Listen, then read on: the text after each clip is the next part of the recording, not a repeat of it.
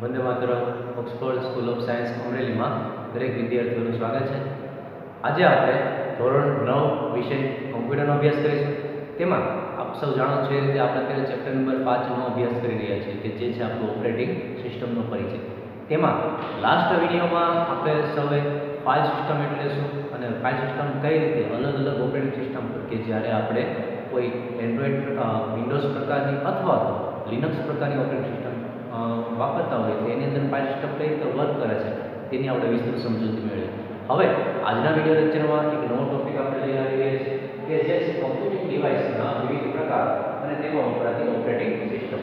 એટલે કે કોમ્પ્યુટરના અલગ અલગ જે પ્રકારો પાડવામાં આવે છે જે આપણે આગલા ચેપ્ટરોમાં પણ જોઈ ચૂક્યા છીએ કે કોમ્પ્યુટરના પ્રકારો એટલે સુપર કોમ્પ્યુટર હોય, મેઇન ફ્રેમ કોમ્પ્યુટર હોય, પર્સનલ કોમ્પ્યુટર હોય, ડેસ્કટોપ કોમ્પ્યુટર હોય, આ બધાના આપણે અલગ અલગ પ્રકારના સર્વર કોમ્પ્યુટર અલગ અલગ પ્રકારના કોમ્પ્યુટરના પ્રકારો કહેતા। તો એ જ પ્રકારો મુજબ અલગ અલગ પ્રકારની ઓપરેટિંગ સિસ્ટમ વાપરવામાં આવે છે જેનો આપણે આગલા લેક્ચરમાં પણ પરિચય મેળવ્યો છે। તો એ જ ટોપિકને વિસ્તૃત રીતે આપણે આજના લેક્ચરમાં સમજવાનો છે।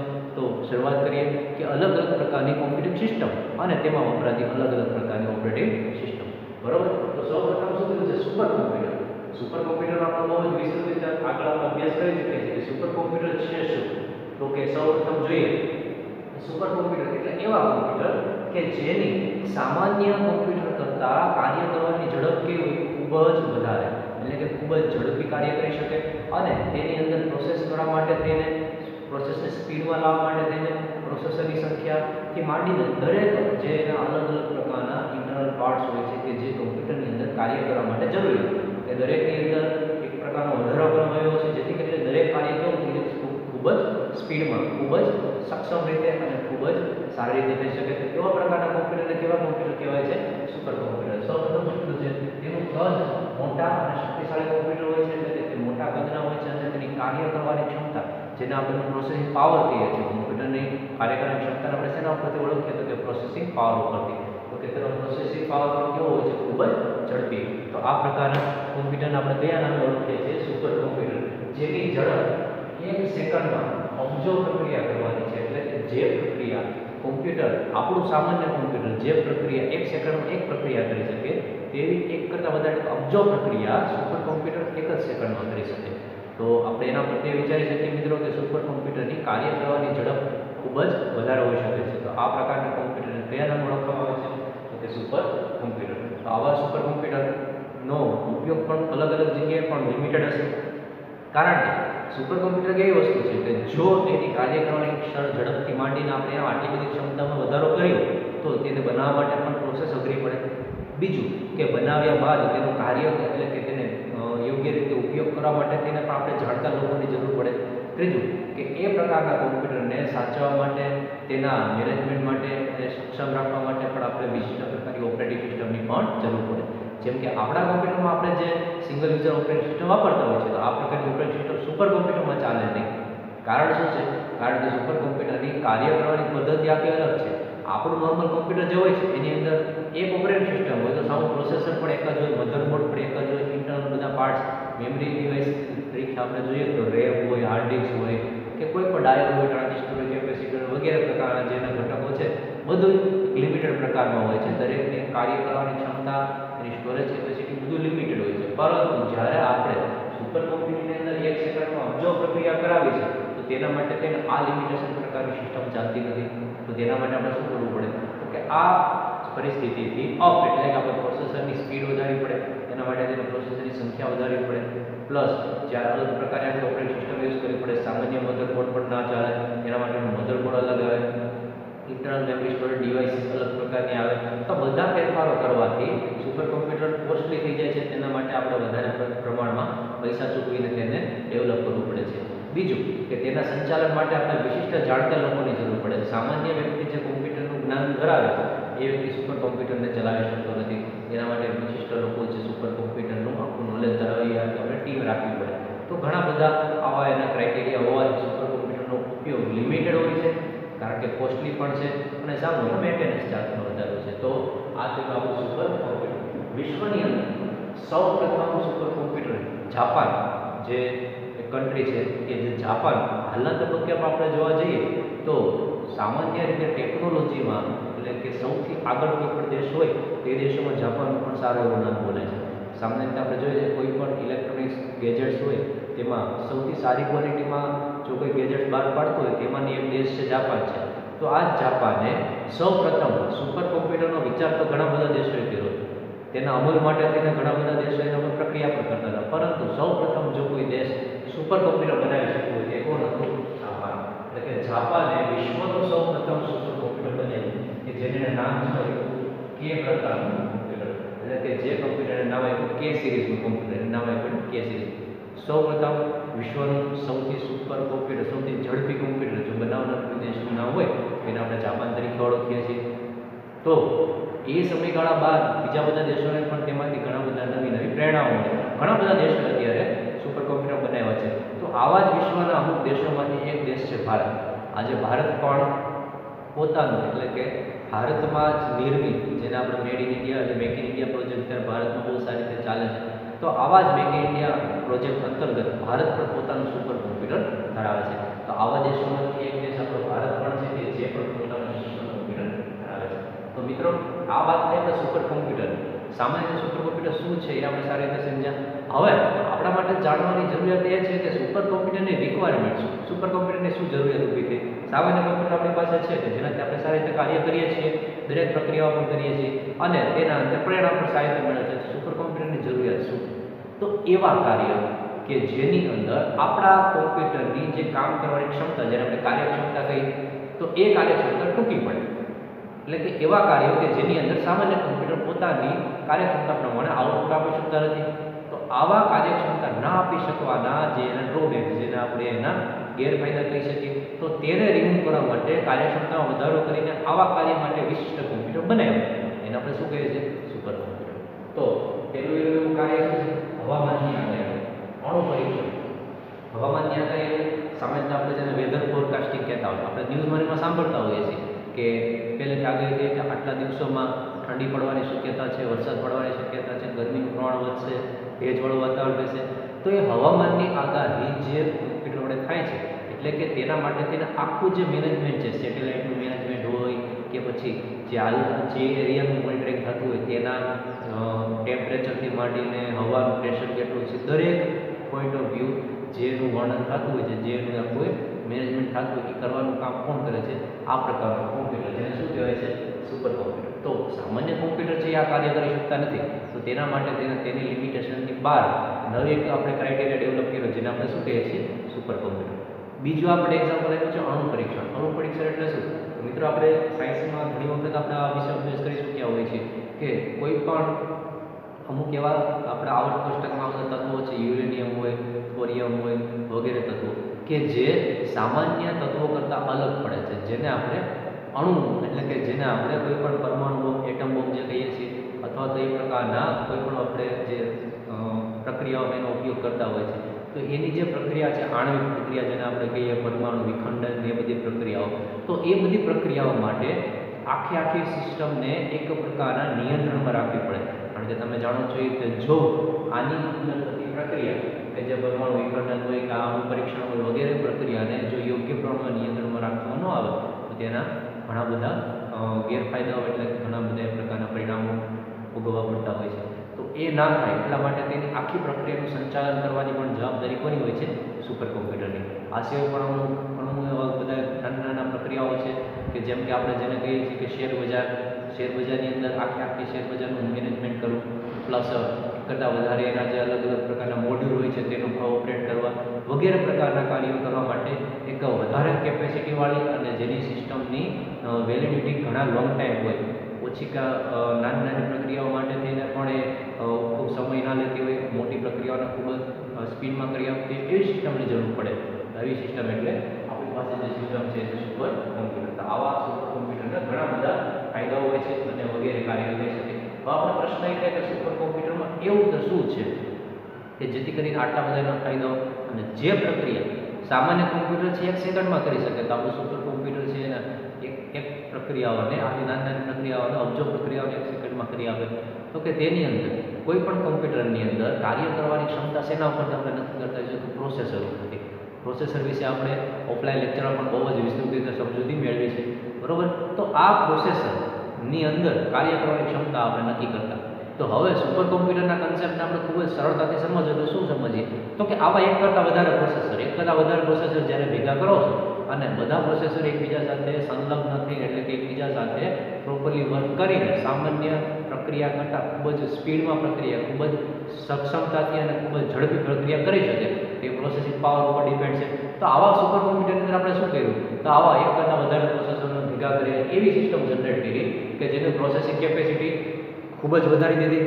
સાથે સાથે બીજા બધા ઘટકો જેને આપણે મધરબોર્ડ કહીએ છીએ, મેમરી સ્ટોરેજ ડિવાઇસ કહીએ છીએ, બીજા બધા જે સિસ્ટમમાં મદદરૂપ થવા માટેના ઘટકો છે, દરેક ઘટકોની અંદર એક કરતાં વધારે ઘટકોનો ઉપયોગ કર્યો જેથી કરીને શું થશે તેની કાર્ય કરવાની ક્ષમતા કેવી થઈ જાય ખૂબ જ વધારે. તો આ પ્રકારના કોમ્પ્યુટરને આપણે શું કહીએ છીએ સુપર પ્રકારના કોમ્પ્યુટર. આવા ખૂબ જ ઝડપી અને ખૂબ જ કાર્યક્ષમ ઉપયોગ માટે વપરાતા કોમ્પ્યુટરને આપણે સુપર કોમ્પ્યુટર તરીકે ઓળખી શકીએ છીએ. એક શબ્દની અંદર આવે છે મિત્રો કર્નલ, લાઇટવેટ કર્નલ, CNK અને CNA. આ બે શબ્દ આપણે આપ્યા છે, CNK અને CNA. આ બંને શું છે એક પ્રકારના કર્નલના નામ, અલગ અલગ પ્રકારના કર્નલના ટાઈપ. પ્રશ્ન આપણને થાય કર્નલ એટલે શું? ઓફલાઈન લેક્ચરમાં ખૂબ જ સરસ રીતે આપણે સમજેલો ટોપિક એટલે ઓપરેટિંગ સિસ્ટમના ઘટકો યાદ કરો. બરોબર, 3 ઘટકો આપણે જોયા હતા, ડિવાઇસ ડ્રાઈવર, બીજું હતું કર્નલ અને ત્રીજું હતું શેલ. ત્યારે આપણે એ પણ જોયું કે કર્નલને આપણે ઘણા બધા જગ્યાએ કર્નલને જ ઓપરેટિંગ સિસ્ટમ તરીકે પણ ઓળખવામાં આવે છે. કારણ કે ઓપરેટિંગ સિસ્ટમના થતા દરેક મુખ્ય કાર્ય કોણ સંભાળે છે તો કે કર્નલ. જેથી કરીને આપણે કર્નલને ઓપરેટિંગ સિસ્ટમ તરીકે પણ ઓળખતા હતા. તો એ કર્નલ જે આપણે ત્યાં ભણ્યા એ જ કર્નલ અત્યારે અહીંયા આપણા માટે દર્શાવ્યું છે કે આવા અલગ અલગ પ્રકારના CNK અથવા CNA પ્રકારના લાઇટવેટ કર્નલનો સુપર કોમ્પ્યુટરની અંદર ઉપયોગ કરવામાં આવે છે. જેથી કરીને તેની કાર્ય કરવાની ક્ષમતાને આપણે ખૂબ જ વધારી શકીએ છીએ અને જે પ્રક્રિયાઓ સામાન્ય કોમ્પ્યુટર હજારો મિનિટોના અંતે કરી આપે એ જ પ્રક્રિયા સુપર કોમ્પ્યુટર ખૂબ જ ઓછા સમયમાં એટલે કે સેકન્ડના અમુક ભાગમાં આપણને કરીને આઉટપુટ આપતી હોય છે. તો આવો પહેલો પ્રકાર છે આપણો સુપર કોમ્પ્યુટર. બીજો પ્રકાર જેને આપણે ઓપરેટિંગ સિસ્ટમની અંદર કીધું છે મેઇન ફ્રેમ પ્રકારનો કોમ્પ્યુટર. મેઇન ફ્રેમ કોમ્પ્યુટર એટલે શું? એવા કોમ્પ્યુટર કે જેને કાર્ય કરવાની પદ્ધતિ થોડી અલગ હોય. જેમ કે કોર્પોરેટ સ્ટ્રક્ચર હોય અથવા તો સરકારી કોઈ પણ જે આપણું સ્ટ્રક્ચર ચાલતું હોય તેમાં કોમ્પ્યુટર 24/7 એટલે કે સતત ચાલતા રહેવા જોઈએ. ક્યારેક કોમ્પ્યુટર અટકવાનું છે તો આ પ્રકારની જે સિસ્ટમની જરૂર પડે ત્યાં કયા પ્રકારના કોમ્પ્યુટર વાપરવા છે? મેઇન ફ્રેમ પ્રકારના કોમ્પ્યુટર. જેની અંદર પહેલો જ આપણને શબ્દ આવ્યો છે કે સરકારી અથવા તો કોર્પોરેટ વાતાવરણમાં વપરાતા કોમ્પ્યુટર કે જેને શું કહેવામાં આવે છે? મેઇન ફ્રેમ પ્રકારના કોમ્પ્યુટર. તેમાં દરેક ભાગ ઓકે કોમ્પ્યુટરના દરેક ભાગ એટલે શું મિત્રો કે જેને આપણે મોનિટર, કીબોર્ડ, માઉસ, CPU જેને આપણે હાર્ડવેર તરીકે ઓળખીએ છીએ. આ સિવાયના પણ કોમ્પ્યુટરના અલગ અલગ ભાગો હોઈ શકે. ઇન્ટરનલ ભાગ એટલે જો storage device, memory storage device તરીકે આપણે ઓળખીએ તો હાર્ડ ડિસ્ક, રેમ આ બધાના મેમરી સ્ટોરેજ ડિવાઇસ ત્યાં પ્રોસેસર માટે ગણીએ તેના અલગ અલગ પ્રોસેસર. બીજા બધા ઘટકો તો કે મધરબોર્ડ છે, એની અંદર ડાયોડ, ટ્રાન્ઝિસ્ટર, રેક્ટિફાયર, કેપેસિટર વગેરે ઘટકો છે. તો આ જે કોમ્પ્યુટરમાં દરેક ભાગ માટે અલગ અલગ એક કરતાં વધારે ઘટકોનો ઉપયોગ કરવાનો. અલગ અલગ ઘટકો ધારો કે પાવર સપ્લાય માટે આપણે SMPS જોયું છે. તો આ પ્રકારના કોમ્પ્યુટરમાં એક SMPS નહીં, પાવર સપ્લાય માટે SMPS ની જરૂર પડે. સામાન્ય રીતે આપણે જે CPU જોઈએ છીએ તેમાં પાછળની સાઈડ તમે જુઓ છો કેબલ, તે કેબલ એટેચ કરેલો હોય એને આપણે શું કહેતા હોય છે? SMPS માં પાવર સપ્લાય આપણે આપીએ છીએ. ઓફલાઈન લેક્ચરમાં આપણે એ પણ જોયું હતું કે કોમ્પ્યુટરને મળતો પાવર સપ્લાય કયો છે? AC પ્રવાહ, જે આપણને સામાન્ય રીતે આપણે લાઇટ બોર્ડમાંથી મળે. પરંતુ આપણા કોમ્પ્યુટરને કાર્ય કરવા માટે કયા પાવર સપ્લાયની જરૂર પડે તો કે DC. તો કે AC માંથી DC માં કન્વર્ટ કરવાનું કામ કોણ કરે છે? SMPS. તો આ પ્રકારનો એક ઘટક જેને આપણે SMPS તરીકે ઓળખીએ જેનું કામ શું છે? પાવર સપ્લાય પૂરું પાડવાનું. તો સામાન્ય કોમ્પ્યુટરમાં SMPS કેટલા? એક જ હોય. આપણા CPUમાં તમને જોયું છે કે એક જ પાવર સપ્લાય માટે SMPS હોય છે. તો મેઇન ફ્રેમ કોમ્પ્યુટરમાં આપણે શું કરી દઈશું? એ CPUની અંદર પાવર સપ્લાય માટે વપરાતા SMPS ની સંખ્યા વધારી દઈશું. એટલે કે પાવર સપ્લાય એક કરતાં કેવા હશે? વધારે. હવે આનો ફાયદો શું? જ્યારે કોઈ કારણોસર એક SMPS જે પાવર સપ્લાય તરીકે કામ કરે છે એના કાર્યમાં કોઈ વિક્ષેપ આવે એટલે કે હવે કાર્ય કરી શકતું નથી તો બીજા પાવર સપ્લાય આપણી પાસે અવેલેબલ છે તો એનું કાર્ય સ્ટોપ થતું નથી. એટલે કે આપણું મેઇન ફ્રેમ કોમ્પ્યુટર કાર્ય કરતું બંધ નહીં થાય. શું કરશે? બીજા પાવર સપ્લાય વડે એ કાર્ય કન્ટિન્યુ થતું રહેશે એટલે કાર્ય આપણું અટકશે નહીં.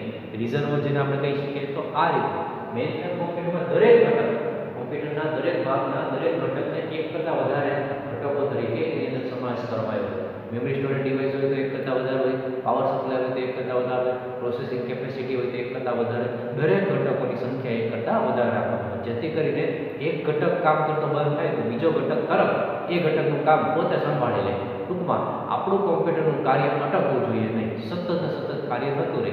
એના માટે કઈ સિસ્ટમ વાપરવામાં આવે છે? Main frame computer. સામાન્ય રીતે આવી સિસ્ટમની જરૂર ક્યાં પડતી હોય છે કે તમે જોવો છો કે જ્યારે આપણે કોઈ પણ સરકારી આખું પોર્ટલ હોય છે, જેમ કે આધાર કાર્ડ, આપણે યુઆઈડીઆઈ કરીને ગવર્મેન્ટના એક ફેસિલિટી આપણે આપવા આવતી હોય છે, તેની અંદર તમે 24 કલાકમાં ગમે ત્યારે તમે સિસ્ટમ ઓપરેટ કરો તો તમને એ સતત ને સતત એ વેબસાઇટ આઉટપુટ માટે તૈયાર હોય છે. એટલે કે તેની અંદર કોઈ પણ ડેટા સર્ચ કરીએ તમે તમારું રિઝલ્ટ મેળવી શકો. તો એ બધા કોમ્પ્યુટર કયા પ્રકાર હોય? Main frame computer.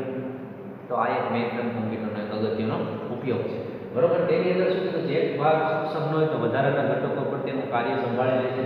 તેની અંદર દરેકની અંદર એની દ્વિઆવૃત્તિ, શબ્દ આપણા માટે નવો છે મિત્રો. દ્વિઆવૃત્તિ એટલે શું? દરેક ઘટકની એક કરતાં વધારે નકલ. મેં તમને જેમ કીધું, એક પાવર સપ્લાય છે તો એક કરતાં વધારે પાવર સપ્લાય આપણે આપી દઈએ છીએ, તેને આપણે શું કહીએ છીએ? તેની દ્વિઆવૃત્તિ. તો આ પ્રકારે જે મેઇન ફ્રેમ પ્રકારના કોમ્પ્યુટર હોય તેની અંદર દરેક ઘટકની દ્વિઆવૃત્તિ એટલે દરેક ઘટકને ડુપ્લિકેશન કરવામાં આવતું હોય છે, એક કરતાં વધારે ઘટકોનો તેની અંદર ઉપયોગ કરવામાં. આ કારણોસર આ પ્રક્રિયા છે વર્ષો સુધી અટક્યા વગર સતત કામ કરી શકે. કારણ કે જ્યારે આપણી પાસે એક પાવર સપ્લાય કદાચ ડેમેજ થાય છે તો બીજા પાવર સપ્લાય વડે આપણે અત્યારે કામ ચાલુ રાખી શકીશું, અને જ્યારે ડેમેજ થયેલો પાવર સપ્લાય છે એને આપણે રિપેર કરીને પાછો એને એઝ ઇટ ઇઝ કન્ડિશનમાં લાવી દઈશું. તો આ રીતે કોમ્પ્યુટર અટકતું નથી, છતાં એનું કાર્ય કન્ટિન્યુ રહે છે. તો આ રીતે આ પ્રકારના જે મેઇન ફ્રેમ પ્રકારના કોમ્પ્યુટર જે હોય છે તેની અંદર આપણે કાર્ય વર્ષો સુધી અટક્યા વગર કન્ટિન્યુ કરી શકતા હોય છે. તો આ આપણે મોટો ફાયદો છે મેઇન ફ્રેમ કોમ્પ્યુટરનો. તો આ પ્રકારના મેઇન ફ્રેમ કોમ્પ્યુટર પણ અલગ પ્રકારની ઓપરેટિંગ સિસ્ટમ પર ચાલતા હોય છે. કારણ કે સુપર કોમ્પ્યુટર હોય કે મેઇન ફ્રેમ કોમ્પ્યુટર હોય, તેની કાર્ય કરવાની આખી પદ્ધતિ અલગ છે. જ્યારે કાર્ય કરવાની પદ્ધતિ અલગ હોય તેના માટે વપરાતી ઓપરેટિંગ સિસ્ટમના વર્ઝન પણ કેવા હોવાના મિત્રો? અલગ. ત્રીજું કોમ્પ્યુટર છે આપણી પાસે સર્વર કોમ્પ્યુટર. સર્વર એટલે શું? સાદી ભાષામાં આપણા લેવલે સમજવાનો પ્રયત્ન કરીએ તો અત્યારે આપણા કોમ્પ્યુટર લેબમાં તમે લોકોએ ઘણી બધી વાર પ્રેક્ટિકલ કરેલ છે, તો તમે જોઈ શકો છો તેની અંદર દરેક કોમ્પ્યુટર હોય તો મોનિટર, કીબોર્ડ, માઉસ, અને દરેક કોમ્પ્યુટરની બાજુમાં એક એક આપણે સીપીયુ મૂકેલા હોય છે, બરોબર. તો હવે આપણે શું કરવું છે? આટલા બધા સીપીયુની જરૂર નથી. લેબમાં 40 કોમ્પ્યુટર છે તો 40 સીપીયુ મૂકવા આપણે, 40 સીપીયુ નથી મૂકવા. એક આપણે એવું મોટું સીપીયુ કે જેની કાર્ય કરવાની ઝડપ ખૂબ જ વધારે છે એવું એક જ સીપીયુ આપણે બનાવ્યું, અને તેની સાથે 40 મોનિટર, કીબોર્ડ ને માઉસ એને તેની સાથે લેન કનેક્શનથી જોડી દઈએ. તો આ પ્રકારની પદ્ધતિને આપણે સર્વર પ્રકારની સિસ્ટમ કહી શકીએ, બરોબર. તો આવા કોમ્પ્યુટરને શું કહેવાય? Server computer. સાદું એક આપણા માટે સમજવા માટેનું એક્ઝામ્પલ લીધું. સામાન્ય કોર્પોરેટ કલ્ચર હોય. કોર્પોરેટ કલ્ચર એટલે શું? કોઈ કંપની છે તો કંપનીની અંદર ઘણા બધા ક્લાયન્ટ એટલે ઘણા બધા કર્મચારીઓ એની અંદર સર્વિસ કરતા હોય છે. દરેકને આપવામાં આવેલી કોમ્પ્યુટર સિસ્ટમ ચોક્કસ પ્રકારના સર્વર સાથે જોડાયેલું છે. સર્વર કોનું હોય? કંપનીનું પોતાનું. તેની સાથે દરેક કોમ્પ્યુટર જોડાયેલા છે. દરેક કોમ્પ્યુટરમાં થતું કાર્ય, એ કોમ્પ્યુટરમાં થતો ડેટા, એ ડેટાનું સ્ટોરેજ બધું શેમાં થાય? સર્વર કોમ્પ્યુટર, મુખ્ય કોમ્પ્યુટર જેને આપણે કહીએ છીએ એમાં. ત્યારબાદ કોઈ પણ વ્યક્તિને એ ડેટાની, એ પદ્ધતિની, એ કોઈ પણ ઇન્ફોર્મેશનની જરૂર હોય છે તો એ સર્વર કોમ્પ્યુટરમાંથી ખૂબ જ સરળતાથી મેળવી શકે છે. જેથી કરીને ફાયદો શું થાય? જ્યારે આપણી કંપનીમાં એક કરતાં વધારે ક્લાયન્ટ એટલે કે એક કરતાં વધારે કર્મચારીઓ નોકરી કરતા હોય તો તેની વચ્ચે આપણે આવી સિંગલ સર્વર સિસ્ટમ બનાવીને દરેકને લેન સર્વિસથી કનેક્ટ કરીને આપણે તેને દરેક સરળતાથી પૂરી પાડી શકીએ. પ્રશ્ન એ થાય મિત્રો, લેન કનેક્શન એટલે શું? આપણી કોમ્પ્યુટર લેબમાં જ્યારે તમે એન્ટર થયા હશો ત્યારે જોયું હશે કે દરેક કોમ્પ્યુટરને એક રાખોડી કલરના કેબલથી આપણે એટેચ કરેલા છે, જેનું પાછળની સાઈડ, બારી સાઈડ આખું એક મોટી એક પેટી જેવું છે, જેની અંદર તમે જોયું છે અલગ અલગ પ્રકારની કાળા કલરની પેટી જેવું અંદર છે, તેને આપણે સ્વિચ તરીકે ઓળખીએ છીએ. તેની સાથે દરેક લેન કેબલ એટેચ થયેલા હોય છે. તે આખું જે માળખું કહેવાય એને લેન કનેક્શન કહેવાય. લેન એટલે લોકલ એરિયા નેટવર્ક. તો આ નેટવર્ક વડે દરેક કોમ્પ્યુટર એકબીજા સાથે ઇન્ટરકનેક્ટેડ એટલે કે એકબીજા સાથે જોડાયેલા હોય છે. તો આ જ લેન કનેક્શનની મદદથી આપણે સંસ્થામાં દરેક કોમ્પ્યુટરમાં નેટ પણ, ઇન્ટરનેટ પણ પ્રોવાઈડ કરતા હોય છે. તો આ જ પ્રકારે સર્વર સિસ્ટમ જે હોય છે તેની અંદર આ રીતે દરેક કોમ્પ્યુટરને લેન કનેક્શનથી એક નેટવર્કથી જોડેલા હોય છે, અને દરેક કોમ્પ્યુટર આ રીતે એકબીજા સાથે જોડાઈને દરેક રિસોર્સિસ એટલે તો કે તેની સાથે જોડાયેલા પ્રિન્ટર, સ્કેનર વગેરે પ્રકારના ઘટકોનો પણ દરેક કોમ્પ્યુટર ઉપયોગ કરી શકશે. આ પ્રકારના કોમ્પ્યુટરને શું કહે છે? Server computer. એક શબ્દ એટલે એક કરતાં વધારે ક્લાયન્ટને કોમ્પ્યુટર કમ્પ્યુટિંગ. આપણા માટે શબ્દ નવો આવ્યો. કમ્પ્યુટિંગ એટલે શું? કમ્પ્યુટર પર થતી પ્રક્રિયા. કમ્પ્યુટર પર થતી દરેક પ્રક્રિયાઓ એને શું કહેવામાં આવે છે? કમ્પ્યુટિંગ તરીકે. એટલે કે કમ્પ્યુટિંગ એટલે શું? તો કે કોમ્પ્યુટરમાં કરવામાં આવતી પ્રક્રિયા જેને આપણે શું કહીએ છીએ? કમ્પ્યુટિંગ. એટલે કે આવા કોમ્પ્યુટરની અંદર કમ્પ્યુટિંગ પ્રક્રિયા અને ડેટા સંગ્રહની સુવિધા એક કરતાં વધારે ક્લાયન્ટ હોય તો ત્યારે આપણે સર્વર કોમ્પ્યુટર એટલે કે એક આવું સર્વર બનાવીને તેને આ પ્રકારની સુવિધા સરળતાથી આપણે આપી શકતા હોઈએ છીએ. તો આ પ્રકારના કોમ્પ્યુટરને શું કહેવાય છે? સર્વર પ્રકારના કોમ્પ્યુટર. આનો ફાયદો શું મિત્રો? જ્યારે આપણી સંસ્થામાં અમુક વર્ષો પછી આપણને એવું લાગે કે હવે આપણે જે સિસ્ટમ બધી યુઝ કરીએ છીએ બહુ અપગ્રેડ થયેલી નથી. હાલના માર્કેટની રિક્વાયરમેન્ટ પ્રમાણે આપણે આપણી સિસ્ટમને અપડેટ કરવી પડે એમ છે. તો જ્યારે આપણે સર્વર કોમ્પ્યુટર નથી વાપરતા, બરાબર, અત્યારે આપણે જે રીતે વાપરીએ છીએ આપણે સિંગલ યુઝર સિસ્ટમ વાપરીએ છીએ, તો શું થશે? દરેક સિસ્ટમ આપણે માર્કેટમાં વેચીને નવી સિસ્ટમ ખરીદવી પડશે અને ખર્ચો ખૂબ જ વધી જશે. એની જગ્યાએ સર્વર કોમ્પ્યુટર સિસ્ટમ હશે તો આખી સિસ્ટમ બદલ્યા વગર ચોક્કસ જે એક સર્વર આપણે અંદર ડેવલપ કર્યું છે એ જ સર્વરને કાં અપગ્રેડ કરો અથવા તો એ સર્વર નવું લાવો. તો સર્વરને અપગ્રેડ કરવાથી એમાં ફેરફાર કરવાથી ઓછા ખર્ચે આપણે આપણે લેન કનેક્શન સિસ્ટમને અપગ્રેડ કરી શકીએ છીએ. બાકીની સિસ્ટમમાં એટલે કે ક્લાયન્ટ કોમ્પ્યુટર જેટલા આપણા સર્વર સાથે એટેચ થયેલા છે તેમાં આપણે કોઈ પણ જાતનો ફેરફાર કરતા નથી. તેમ છતાં આખી સિસ્ટમને આપણે અપગ્રેડ કરી દીધી તો ઓછા ખર્ચે અને ખૂબ જ સરળતાથી આપણે સર્વર સિસ્ટમને અપગ્રેડ કરી શકતા હોય છે. એ પણ આપણે કીધું છે કે આખા કોમ્પ્યુટર સિસ્ટમને બદલ્યા વગર ફક્ત સર્વરની કાર્યક્ષમતામાં વધારો કરી આખી સિસ્ટમને આપણે અપડેટ કરી શકતા હોય છે. આ સર્વર કોમ્પ્યુટર સિસ્ટમનો સૌથી મોટો ફાયદો છે. પ્લસ યુનિક્સ, લિનક્સ, વિન્ડોઝ વગેરે પ્રકારની ઓપરેટિંગ સિસ્ટમને પણ આપણે સર્વર ઓપરેટિંગ સિસ્ટમમાં યુઝ કરી શકતા હોય છે. બીજું, આટલી વસ્તુ આપણે બુકમાં આપી છે, પરંતુ સર્વર કોમ્પ્યુટર સર્વર પ્રકારની જે ઓપરેટિંગ સિસ્ટમ જેને આપણે સર્વર કોમ્પ્યુટર્સ તરીકે ઓળખતા હોય તેનો વાપરવાથી ગેરફાયદો શું? હવે આખા કોમ્પ્યુટર લેબનું એટલે કે ધારો કે 40 કોમ્પ્યુટર છે, 40 કોમ્પ્યુટર વચ્ચે આપણે એક સર્વર સિસ્ટમ પ્રોવાઈડ કરીએ છીએ, તો જ્યારે મેઇન સર્વરમાં કોઈ પણ જાતની મુશ્કેલી સર્જાશે, મેઇન કોમ્પ્યુટરમાં કોઈ પણ ખામી સર્જાશે, હવે મેઇન કોમ્પ્યુટર કાર્ય કરવા માટે અસક્ષમ થઈ ગયું એટલે કે હવે એની સક્ષમ છે નહીં, તો શું થશે? આપણી આખી જે 40 કોમ્પ્યુટરની કાર્યક્ષમતા એટલે કે અત્યારે કોઈ પણ કોમ્પ્યુટર કાર્ય કરી શકતા નથી. કારણ કે દરેક માટે એક જ સર્વર આપણે ઉપયોગ કરીએ છીએ કે જે પોતે જ બધા કોમ્પ્યુટરનું સંચાલન કરે છે. ડેટા પ્રોસેસ ક્ષમતા હોય કે કોઈ પણ જાતની મેમરી સ્ટોરેજ ક્ષમતા હોય બધું એની પાસે જ છે. હવે પોતે જ જો અકાર્યક્ષમ એટલે કે પોતે અત્યારે કાર્ય કરવા માટે સક્ષમ નથી તો આખી આપણી સિસ્ટમ સ્ટોપ થઈ જાય છે, કોઈ પણ ક્લાયન્ટ પણ કરી શકતા નથી. તો એના મોટામાં મોટો ડ્રોબેક છે એટલે કે ગેરફાયદો આપણે કહી શકીએ. ત્યારબાદ નેક્સ્ટ ટોપિક છે હાઈ એન્ડ વર્કસ્ટેશન. આ કોમ્પ્યુટરને એક પ્રકારના વિશિષ્ટ હેતુ માટે વાપરવામાં છે. જેમ કે અહીં આપણે વિશિષ્ટ હેતુ માટે સુપર કોમ્પ્યુટરનો પરિચય મેળવ્યો, એવી રીતે મેઇન ફ્રેમ કોમ્પ્યુટરનો આપણે પરિચય મેળવ્યો. એવી જ રીતે હવે એક કોમ્પ્યુટર સિસ્ટમ છે જેને આપણે કહીએ છીએ હાઈ એન્ડ વર્કસ્ટેશન. ચોક્કસ કાર્ય માટે વપરાતી ઓપરેટિંગ સિસ્ટમ, એવા સિસ્ટમ જેને આપણે હાઈ એન્ડ વર્કસ્ટેશન કહીએ. પેલું છે વૈજ્ઞાનિક ગણતરી. વૈજ્ઞાનિક ગણતરી એટલે શું? કે મિત્રો જ્યારે કોઈ પણ સાયન્ટિસ્ટ લેવલની જે કોમ્પ્યુટર જેની સાયન્ટિસ્ટોની જે અલગ લેબોરેટરીઝ હોય છે તેમાં થતી પ્રક્રિયાઓ, તેની અંદર થતા નવા સંશોધનો, તેના વિશિષ્ટ કાર્ય માટે વપરાતા ચોક્કસ પ્રકારના ડિઝાઇન કરેલા કોમ્પ્યુટર હોય કે જેનું કાર્ય એક લિમિટેડ હોય. બીજું કે જેને આપણે અત્યારે સૌથી વધારે ઉપયોગ કરતા હોય છે એવો કોન્સેપ્ટ છે એનિમેશન. એનિમેશન એટલે શું? તો કે આપણે અત્યારે ઘણા બધા એવા પિક્ચર્સ અથવા તો સિરિયલો અથવા તો એવી કોઈ વેબ સિરીઝ જોતા હોય જેમાં એનિમેટેડ આખા પાત્રો હોય છે જે વાસ્તવિક જીવનમાં ક્યાંય હોતા નથી, ફક્ત તેનું એક કાલ્પનિક સ્વરૂપ હોય છે જેને આપણે એનિમેશન મૂવી કહીએ છીએ. આવા એનિમેશન મૂવી બનાવવા પછી એક શબ્દ છે CAD CAM. એટલે કે જ્યારે કોઈ પણ સિવિલ લાઇનના અથવા મિકેનિકલ લાઇનના મોટા પ્રોજેક્ટ ચાલતા હોય. કેવા પ્રોજેક્ટ? તો કે કોઈ જગ્યાએ એક મોટું 10 માળનું અથવા તો 15 માળનું કોઈ બિલ્ડિંગ બને છે, કોઈ મોટા પ્રમાણમાં આખા રો હાઉસ પ્રકારના આખું એક પ્રોજેક્ટ બને છે, કે કોઈ એવી મોટી અલગ પ્રકારની બ્રિજ બનાવવાની કે ડેમ બનાવવાની કોઈ પ્રોસેસ ચાલે. તો એ બનાવતા પહેલાં આવા ચોક્કસ પ્રકારના CAD CAM પ્રકારના સોફ્ટવેર હોય છે જેને આપણે AutoCAD તરીકે ઓળખીએ છીએ. તો એ સિવિલ એન્જિનિયરિંગ ક્ષેત્રનો સૌથી મોટો ફાયદાકારક ઉપયોગ છે, જેની અંદર આખા પ્રોજેક્ટનું પહેલાં તો એક પરિરૂપ બનાવવા છે. પરિરૂપ એટલે શું? આપણી સાદી ભાષામાં ઓળખવા જઈએ તો એનો એક પ્રકારનો નકશો, જેને આપણે નકશો કહીએ છીએ કે નવું મકાન બનાવો તો આપણે પહેલાં નકશો બનાવડાવીએ.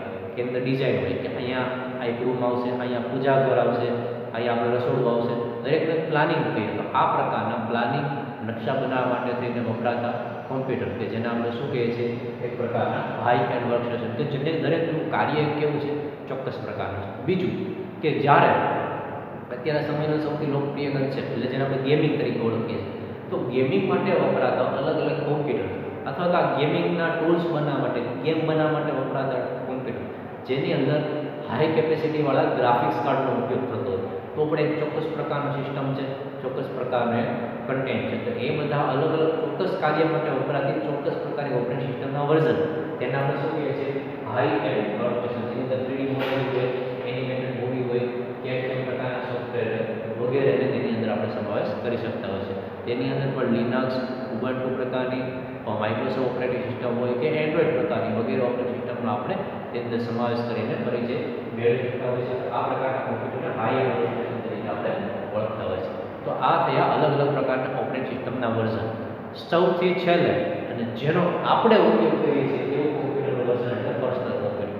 પર્સનલ કોમ્પ્યુટર એટલે શું? તો પર્સનલ કોમ્પ્યુટરને પણ પાછા આપણે અલગ અલગ પ્રકારોમાં ડિવાઈડ કરીએ છીએ. સૌપ્રથમ પર્સનલ કોમ્પ્યુટર એટલે શું? આપણે જે કોમ્પ્યુટરનો ઉપયોગ કરીએ છીએ બધા કોમ્પ્યુટર કેવા છે? Personal computer. વ્યક્તિ પોતાના પર્સનલ ઉપયોગ માટે ઉપયોગ કરી શકે એ કોમ્પ્યુટર પર્સનલ કોમ્પ્યુટર. આપણી લેબોરેટરીમાં જે કોમ્પ્યુટર છે એ બધાને આપણે પર્સનલ કોમ્પ્યુટર કહી શકીએ, પરંતુ તેને ડેસ્કટોપ કોમ્પ્યુટર કહેવાય. કેવા? Desktop computer. તો કે ડેસ્કટોપ કોમ્પ્યુટર એટલે શું? જે કોમ્પ્યુટર સ્ટેટિક છે, સ્ટેબલ છે, એક જગ્યાએ સ્થિર છે તેવા કોમ્પ્યુટર આપણે કેવા કોમ્પ્યુટર કહીએ છીએ? પર્સનલ કોમ્પ્યુટરના ડેસ્કટોપ કોમ્પ્યુટર કે જેને એક જગ્યાએથી બીજી જગ્યાએ સરળતાથી હેરફેર થઈ શકતી નથી. ચોક્કસ જગ્યાએ સ્થાનમાં ફિટ કરેલા હોય છે એટલે ફિક્સ હોય છે. બીજા પ્રકારે થયા જેને આપણે કહીએ છીએ મોબાઈલ પ્રકારના કોમ્પ્યુટર. તો કે મોબાઈલ પ્રકારના કોમ્પ્યુટર કે જેનું હેરફેર સરળ છે, એક જગ્યાએથી બીજી જગ્યાએ ટ્રાવેલિંગમાં વગેરે જગ્યાએ આપણે એને સાથે લઈ જઈ શકીએ, તેનો ઉપયોગ કરી શકીએ. તો આવા કોમ્પ્યુટરમાં સૌથી પહેલો પ્રકાર છે જેને આપણે લેપટોપ પ્રકારના કોમ્પ્યુટર કહીએ છીએ. તો કે લેપટોપ એટલે શું? એવા કોમ્પ્યુટર કે જે બેટરી સપ્લાય એટલે કે અલગ પ્રકારના પાવર સપ્લાયથી ચાલતા હોય. ડેસ્કટોપ કોમ્પ્યુટર છે ડાયરેક્ટ પાવર સપ્લાયથી ચાલે, જ્યારે લેપટોપ ડાયરેક્ટ પાવર સપ્લાયથી ચાલશે અને બેટરીથી પણ ચાલશે. તો આ પ્રકારના કોમ્પ્યુટરને લેપટોપ પ્રકારના એટલે કે જેને આપણે પર્સનલ કોમ્પ્યુટર પણ કહી શકીએ છીએ. તો આ પ્રકારના કોમ્પ્યુટરને આપણે કોઈ પણ જગ્યાએથી સરળતાથી બીજા જગ્યાએ ફેરવી શકીએ છીએ. એ ઉપરાંત ટેબ્લેટ પ્રકારના, પામટોપ પ્રકારના કોમ્પ્યુટર કે દરેક કોમ્પ્યુટર શેમાં સમાવેશ થાય છે? Personal computer. આપણા દ્વારા ઉપયોગમાં લેવામાં આવતા કોમ્પ્યુટર જેને આપણે પર્સનલ કોમ્પ્યુટર તરીકે ઓળખીએ. આ પ્રકારના કોમ્પ્યુટરમાં પણ ઉબુન્ટુ લિનક્સ પ્રકારની ઓપરેટિંગ સિસ્ટમ કે જે આપણે લેબમાં આપણે દરેક કોમ્પ્યુટરમાં આપણે ઇન્સ્ટોલ કરેલી છે. ત્યારબાદ વિન્ડોઝ પ્રકારની ઓપરેટિંગ સિસ્ટમ તે પણ આપણે ઇન્સ્ટોલ કરેલી છે. ત્યારબાદ એપલ કંપની પોતાની મેક ઓએસ પ્રકારની ઓપરેટિંગ સિસ્ટમ તે પણ એક ઓપરેટિંગ સિસ્ટમ છે. એન્ડ્રોઈડ પ્રકારની ઓપરેટિંગ સિસ્ટમ છે. તો અલગ અલગ પ્રકારના ઓપરેટિંગ સિસ્ટમના પર્સનલ કોમ્પ્યુટરમાં ઉપયોગ કરી શકતા હોય છે. તો અલગ અલગ ઓપરેટિંગ સિસ્ટમના આધારે આપણે અલગ અલગ પ્રકારના કોમ્પ્યુટરના ભાગ પાડ્યા અને દરેક ભાગની અંદર ચોક્કસ કાર્ય માટે વપરાતા અલગ અલગ એના પ્રકારો જોયા. દરેક પ્રકાર માટે કાર્યને અનુરૂપ ઓપરેટિંગ સિસ્ટમનો સમાવેશ કરવામાં આવતો હોય છે. તો આ થયો ઓપરેટિંગ સિસ્ટમ એટલે કે કોમ્પ્યુટિંગ પ્રક્રિયાઓ એટલે કોમ્પ્યુટરની જે કાર્ય કરવાની પ્રક્રિયા છે એ પ્રક્રિયાના આધારે ઓપરેટિંગ સિસ્ટમના ભાગો. તો આ આપણા અભ્યાસક્રમમાં એક વિસ્તૃત અને ખૂબ જ સારો એવો ટોપિકનો આપણામાં સમાવેશ કરવામાં આવ્યો હતો, તેનો આજે આપણે અભ્યાસ કર્યો. તો આ સાથે આજના વિડીયો લેક્ચરને પૂર્ણ કરીએ. નવા વિડીયો લેક્ચરમાં નવા ટોપિક સાથે ફરીવાર મળીશું. ત્યાં સુધી દરેક વિદ્યાર્થીઓનો આભાર.